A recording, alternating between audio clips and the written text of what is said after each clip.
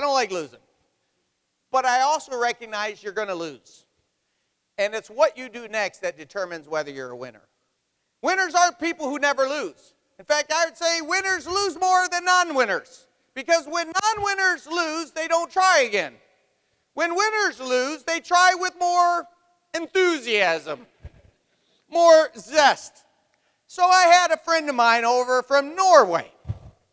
And he was over and wanted to talk through Rascal Radio, and he's got a plan to put thousands of people as customers of Rascal Radio because he loves our leadership material. And as I'm walking around the property with him, he says, so what do you do in the gym? And I said, well, it was set up for soccer and stuff, but I don't play soccer. But I've got badminton set up in there. And I should have known by his response because he looked at me and said, badminton? And I'm like, why did he smile so much about badminton? I mean, over in America, badminton's something you did in high school maybe, a picnic once in a while. But he seemed pretty, I kind of made a mental note. We kept working. And then later that day he said, hey, Orrin, you said you had badminton. Would you like to play a game? Totally setting me up. Now, he doesn't tell me this until after we're done playing, but let me just tell you. He's played for 3 consecutive years. Him and his partner were number 1 in this Norwegian league, which, by the way, in Norway, badminton's a big deal. Thanks for telling me before the game. Oh, no, let's just go play a little badminton. Now, I played badminton in high school like everybody else, and I think I played it a few times after. In the last couple years, I set it up in our gym. And people come over, and I bring over some of the guys, some of the power players, and we play. And, because I play racquetball, I'm decent at the sport. If you hit it, I'll spike it on you. And nobody beats me there, because they don't really play. They're out showing the plans, so I could just spike it on them, And it's kind of fun. Hey, Steve Morgan, you want to play? Bam! It's like, hey, Kirk Bertels, bam! It's like, I look pretty good. So I'm thinking, okay, I'll play with you, Orrin. Go ahead and serve it, and I'm going to slam it on you. So he serves it the first time, and I slam it on him, and I figure I'm going to get a point here. I slam it, and he does some jiu-jitsu move. It's like, if you ever seen the Matrix, it's like Neo. He was like, bing, and the birdie comes and falls at my feet, point for him. I'm like, what did he just do? I didn't even see his hands move, let alone the racket. I'm like, all right, he must have been, all right, let's do it again, and we play. And so we practice, and I'm like, okay, there's definitely something. Let's go ahead and play the game. I'll warm up as we play. I must be a little rusty or something. And we play, and I'm not kidding you. It's like he's sitting in one spot going, and I'm running all over the place. After the first game, it's 15-6, and it wasn't even that close. I scored 3 legitimate points, and I think he gave me 3 mercy points because he figured I might send him out down the road if he does throw me a bone here, So we get done, and I look at him. He's not even cracked a sweat. I'm already just pouring, and I'm like, all right, this has got to change. So I'm like, no, see, I've grown a lot back from the old days where I needed to read How to Win Friends. I'm like, somehow I got to convince him to play another game without looking too desperate. So I'm toweling off while he's over there, nothing, It's like I'm drinking water while he's like, yeah, I think I might as well get some water. I'm like, hey, Orrin, would you like to play another game? Yeah, sure, let's go play another game. So I'm like, okay, so as I'm drinking the water, toweling off, I'm thinking, what do I have to do? I said, first of all, he's not going to sit in one spot and beat me. I'll tell you this, if he's going to beat me the second game, he's going to be running around like I'm running around. Oh, yeah. We're going to the back line. I'm going to sit in the back line, and when he goes to the back line, I'm going to the front line. He's going to be running just as much as me. So we play, and I'm like, I'm putting it all on the line this time because I'm not going to lose on my home court. Round 2. Running all over, and he's finally running a little bit. When it's all done, it's 15-11. He wins. So he beat me 15-6. Now he's beat me 15-11. And we're going back, and he's starting to glisten. He's got a little glow. It looks like he's sweating. I look like I've just gotten out of the shower. I'm toweling off thinking, how did he beat me this time? And I said, well, I was at least hitting it to the back line. He was moving a little bit. He was cracking a sweat at least. I said, but his jiu-jitsu moves at the front, I have got to start playing that. He can spike from the back row. I've never seen a guy play like this. I said, this is finally. I'm like, Orjan, where did you learn to play like this? Well, I was in a league. That's as much as he told me. I'm like, in a league, Smeeg. All right, something. So I'm toweling off again. Hey, Orjan, would you like to play another game? He said, sure, yeah, that sounds good. And I noticed the third game he goes and we were playing bare feet. He went and slid socks on because I finally had him moving enough on the AstroTurf that I think it was burning up his feet. But I'm like, hey, I've been playing for the last couple of years. I've never had to put socks on. I'm not going to put socks on. Game number 3. Now I've watched everything he's doing, and I'm seeing how he's tilting, and I'm like, oh, okay, so he's even, when he's hitting, he's tilting. I'm like, I'm studying everything. I'm running it through in my head. What did I do right? What did I do wrong? What can I do better? How is he beating me? Everything. I mean, you would think that this was like a business where you could actually be financially free or something. I mean, because I was treating it like it was a big deal, even though really, what is it? It's just a game. Do you understand this isn't just a game?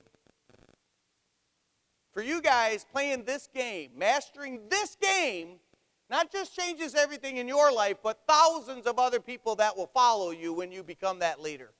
This will affect so many. But the principle, the application of, will you PDCA? You see, if I sell out here and don't PDCA and play the game, if I don't be a champion here, then I won't be a champion here, because you can't be a dud here and be a stud here. You got to play the game, and you got to play it with class, but you got to play it to improve and win eventually. So he agreed to game 3, and we lined up, and I thought to myself, this game, I'm going to hit it to the back, and I'm going to charge the net, and I'm going to spike it. I'm going to play exactly the way I'm seeing him play, and I'm just going to sell out. I'm just going to, whatever price has to be paid, I'm going to win this game. Because if I lose this game, it's going to be hard to convince him to play 4 more games so I can win 4-3. So I've got to win the 3rd game. And I play, and I'm up like 5-1, and I'm up like 10-4, and I'm up 13-8, and then he makes a run, 13-12, and I stop him. I'm like, okay, just 2 points, and I'll get this game. And I go for the win, and he stops me, and he goes to tie me, I stop him, and I go for the win, he stops me, and he goes for the tie, and we're running all over. And I thought, he takes a swing once, and the racket slips out of his hand because he's sweating so much, and it flings into the net. And I'm like, I'm getting him. I got his hands. It may take 100 games, but this guy's going down. He ties it up 13-13.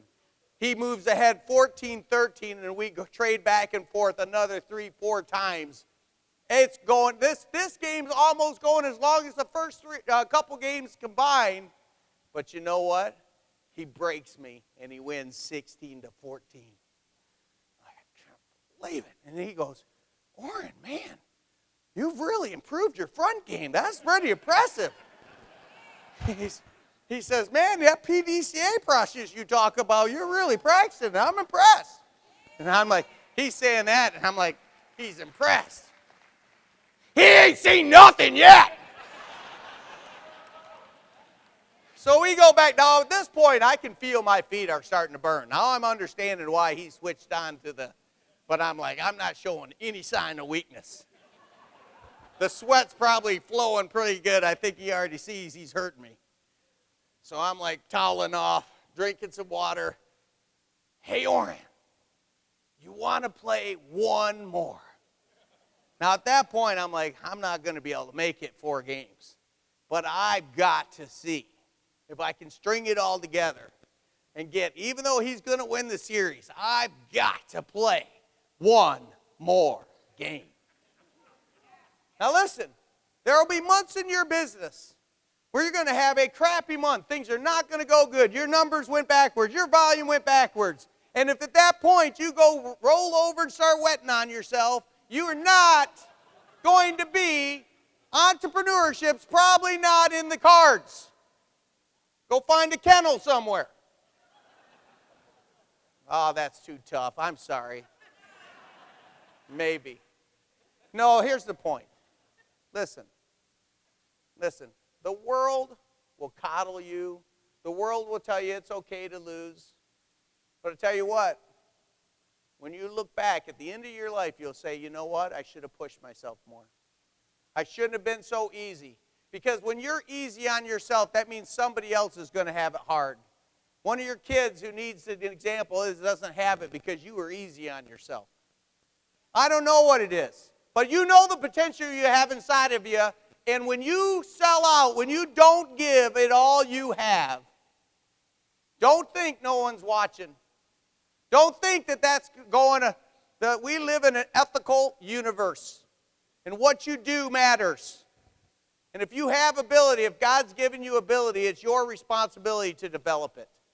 And I'll tell you, the ability to be able to compete and not compete in a win-lose. It's like, I understand that one of us had to win and one of us had to lose, but it was beautiful. The last couple games, even the one where he beat me 16-14, when I was walking off, that was a beautiful match. It was amazing. I mean, the points, some of them would last 4 or 5. They would be deep shots, this. And I'm over there, and I'm racking my brain. What more can I do? I can't run any harder. My feet are already bleeding, and I've got one more whole game ahead of me, but I'm not giving up without giving another shot. Again, it's just a game of badminton. You say, man, I didn't think badminton was that big a deal. Neither did I until I met the Norwegian. They take that sport pretty dang serious.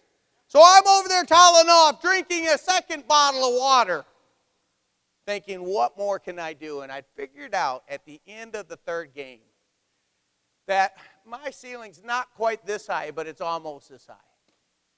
And when I hit the birdie, because I play racquetball, I know how to use my elbow and my wrist and flick pretty hard, that I can send the birdie pretty deep. In this case, what I figured out is he can spike it from anywhere. If it's in his face, it's going down, and it's going down hard, and I'm diving, and I'm playing defense.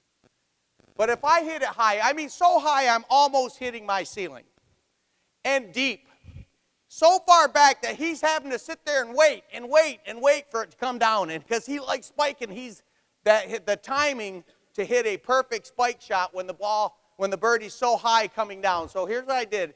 I started doing it. At first he was trying to let them go, and they were falling in by this much. It was like I was dialed in. And it was like 0.1, 0.2. So fourth game starts, and I'm up 5-0. And I'm sitting there, and he's thinking, it's like, man, it's got to be hitting the ceiling, but it's just missing the ceiling, and it's coming down. So finally he just says, all right, I'm going for everything. So he starts trying to spike from the back, and by trying to spike right from the back, because I've hit it so high, I'm able to get, and I'm watching his racket. I figured out, even just watch how he's holding it, because I figured out that's his tell. I can figure out where it's coming from, how he's holding the racket. Where me, Mr. American, I'm like aiming this way. He's just, but I'm watching. I'm like, okay, I sit it that high, watch it, okay, I got him, and he hammers up, bam, over and over. I'm up 5-0. Then it's 7-1. Then it's like 10-4. Then I'm up 13-7. He makes this run again. It's like Norwegian. Whoa!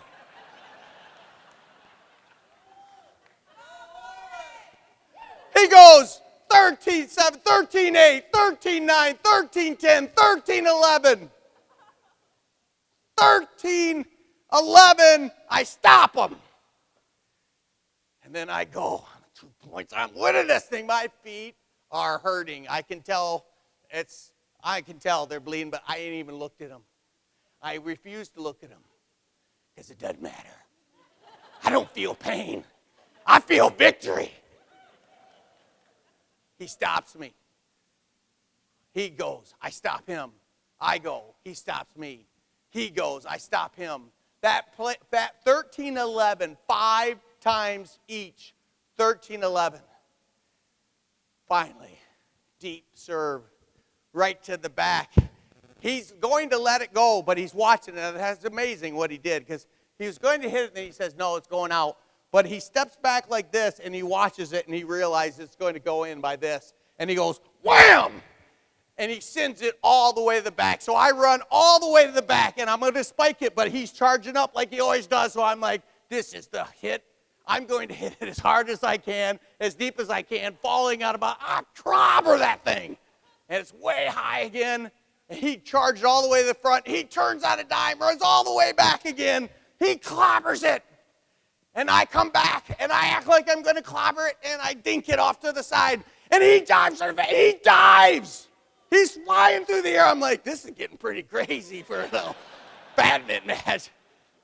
I hear him scream. He goes, ah!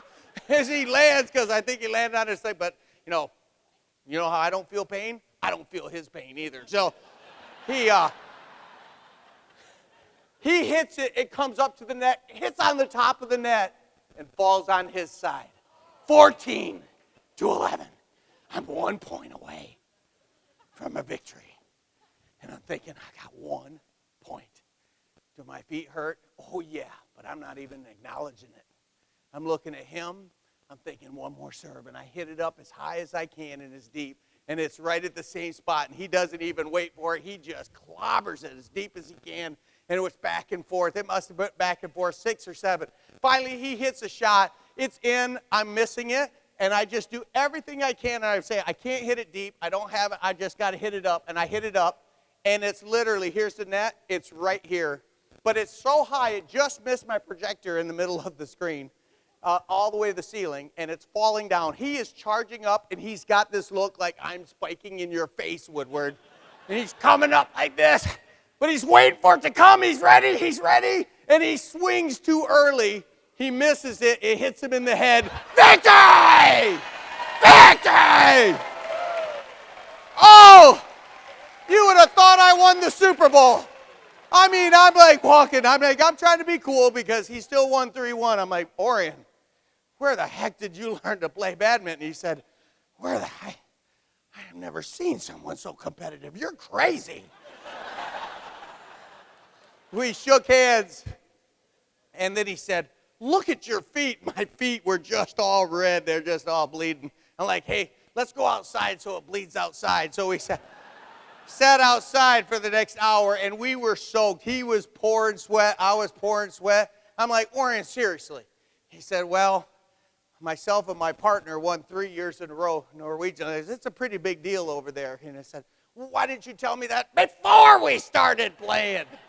He said, well, I thought I was going to have a little bit of fun, but I didn't realize you were so competitive. I said, come on, Orrin, you've heard my stories. I said, yeah, you hear the stories, but you're serious about this, man. And I said, Orrin, you're an amazing player. He said, the thing is, though, I played for 3 years at the highest competitive league in Norway. You did it in 4 games. He said, nobody gets that. When I played you at first, I'm like, oh, he doesn't really play the game. By the last game, I was doing all the things to win at the highest level, and you were countering everything I was doing. Now, I'm not saying like badminton is not my game. I'm not announcing my national championship run here, you know.